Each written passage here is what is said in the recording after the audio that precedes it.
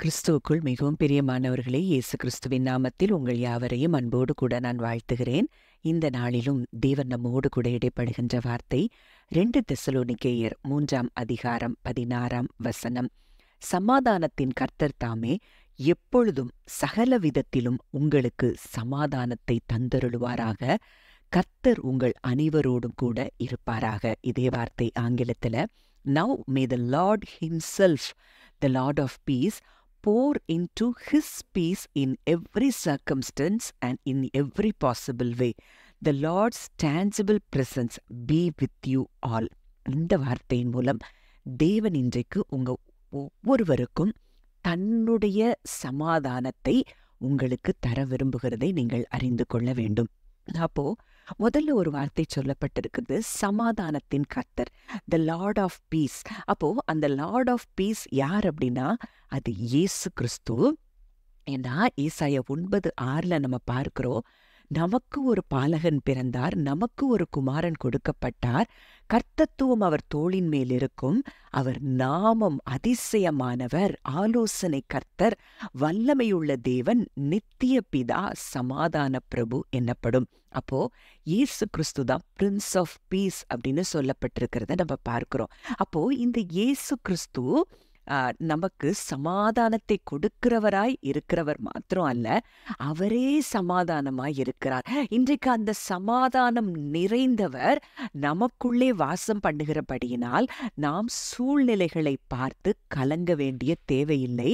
ஏன்னா சூழ்நிலைகளுக்கு அப்பாற்பட்டு செயல்படுகிற தேவன், அவர் அதிசயமானவர், வல்லமையுள்ளவர். இன்றைக்கு சமாதானத்தை தரும்படியாக சமாதான கர்த்தராய் இன்றைக்கு நமக்குள்ளே வாசம் செய்கிறார் என்பதை நாம் அறிந்து கொள்ள வேண்டும். அப்போ அவர் சமாதானம் எப்படி இருக்கு? அது ஒரு எந்த விதமான சர்க்கம்ஸ்டன்ஸ், எந்த கான்ஃப்ளிக்ட்ஸ், இது எல்லாம் நமக்கு எதிரா இல்லாமல் இருக்கிற சூழ்நிலை தான் நமக்கு சமாதானங்கிறது இல்லை. அந்த சூழ்நிலை இருந்தப்போ கூட நாம் அவரை அறிகிற அறிவின் மூலம் நாம் என்ன செய்கிறோம்? சமாதானத்தை பெற்றுக்கொள்கிறோம். இதுதான் உண்மையான தேவ சமாதானம் என்று சொல்லி வேதம் சொல்லுகிறத நம்ம பார்க்கிறோம். அப்ப இன்றைக்கு இந்த சமாதானத்தை நீங்க அனுபவிக்கிறீங்களா? உங்க வாழ்க்கையில எத்தனையோ புயல்கள் கொந்தளித்து கொண்டிருந்தாலும் இந்த புயல்களை அடக்கி ஆளக்கூடியவர் என் இயேசு கிறிஸ்து என்னோடு இருக்கிறார், எனக்குள் இருக்கிறார். இதை எல்லாவற்றையும் நான் மேற்கொண்டு ஜெயம் எடுப்பேன் என்று சொல்லி அந்த நம்பிக்கை உங்களுக்கு இருக்குதா? இன்னைக்கு அதை ஆராய்ந்து பார்க்கும்படி தேவன் விரும்புகிறார். அப்போ பவுல் அங்கே ஜெபிக்கிறாரு, சகல விதத்திலும் எப்பொழுதும் உங்களுக்கு சமாதானத்தை தந்தருளுவாராக. அப்போ இதே ஜெபத்தை இன்றைக்கு உங்களுக்காக நானும் செய்கிறேன். எப்பொழுதும் சகல விதத்திலும் உங்களுக்கு தேவன் சமாதானத்தை தந்தருளுவாராக. அப்போ இந்த தேவனுடைய சமாதானம் எப்படியாவது நமக்கு தேவனிடத்திலிருந்து நமக்கு கிடைக்கும். அது எமோஷனலா கிடைக்கலாம், அது ஸ்பிரிச்சுவலா கிடைக்கலாம், இல்லை நமக்கு உறவுகள் ரீதியா நமக்கு கிடைக்கலாம். ஏதோ ஒரு விதத்துல நமக்கு அந்த சமாதானம், தேவ சமாதானத்தை அவர் கொடுக்க நமக்கு வல்லவராய் இருக்கிறார்.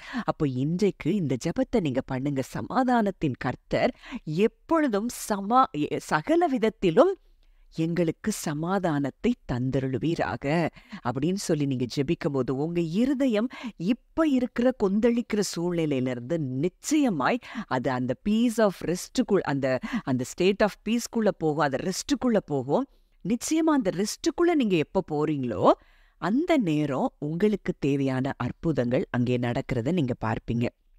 அடுத்ததா, கர்த்தர் உங்கள் அனைவரோடும் கூட இருப்பாராகன்னு சொல்லப்பட்டிருக்கு.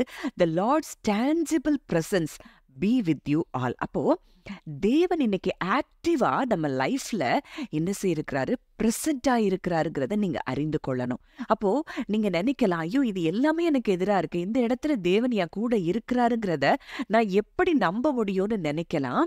ஆனா நீங்க நினைக்கிறது நிஜம் இல்ல, அவர் வார்த்தை நிஜம். அவர் இம்மானுவேலனாய் நம்ம கூட இருக்கிறேன் அப்படின்னு வாக்கு கொடுத்திருக்கிற உலகத்தின் முடிவு பரியந்தம் சகல நாட்களிலும் நான் உங்க கூட இருக்கிறேன் அவர் வாக்கு கொடுத்துட்டார்னா அந்த வாக்கு தத்தத்திற்கு அவரால் மீற முடியாது.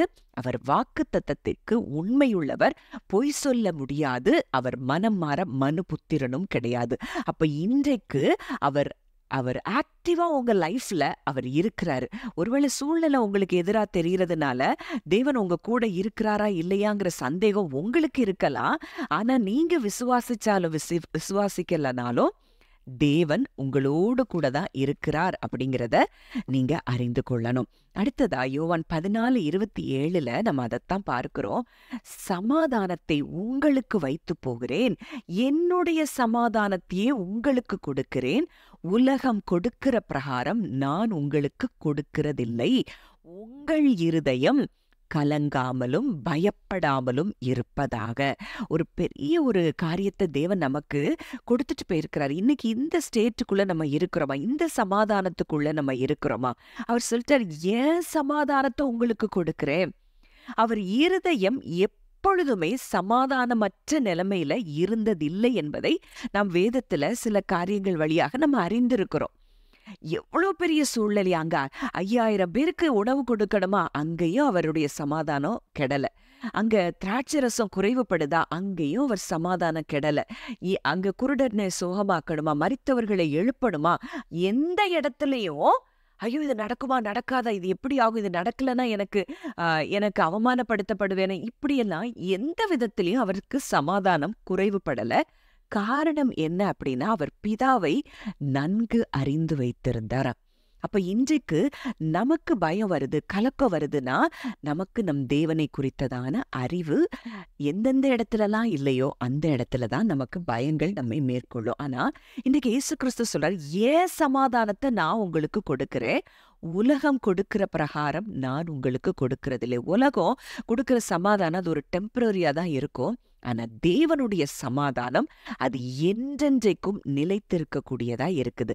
அப்ப அவருடைய சமாதானம், அந்த புயல்ல கூட அவர் சமாதானம் கெட்டு போகல. அந்த கப்பலே கவிழக்கூடிய அளவுக்கு அங்க புயல் அடிக்கும் போதும் அவர் என்ன செய்யல, கலங்கவே இல்லை. அவர் யார் மேல நம்பிக்கை வச்சிருந்தாருன்னா, அந்த சூழ்நிலையை அடக்கி ஆளக்கூடிய தன் தகப்பன் மேலையும் அங்க என்ன செய்திருந்தார், நம்பிக்கை வைத்திருந்தார். But trusting in the one who controls them.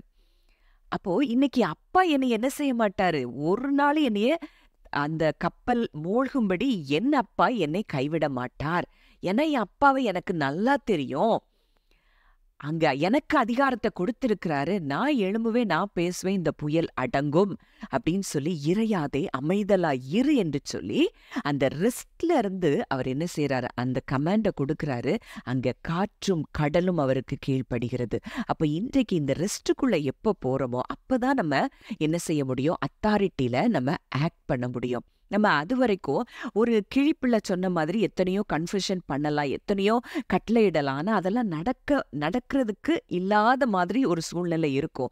ஆனா எப்போ நம்ம ரெஸ்ட்ல போய் நம்ம கமாண்ட் பண்றோமோ, நம்ம சொல்லுகிற ஒவ்வொரு வார்த்தையும் அது அப்படியே நடக்கும். பவுலும் சீலாவும் அங்க சிறைச்சாலைக்குள்ள தேவனை துதிக்கிறாங்க. அப்ப அவங்க சமாதானம், அவங்க விடுதலையில இல்ல, என் தேவனுடைய பிரசனம் என்னோடு கூட இருக்கிறது, என் தேவன் என்னோடு கூட இருக்கிறார் அப்படிங்கிற நம்பிக்கையில அவங்களுக்கு அந்த சமாதானம் இருந்தது.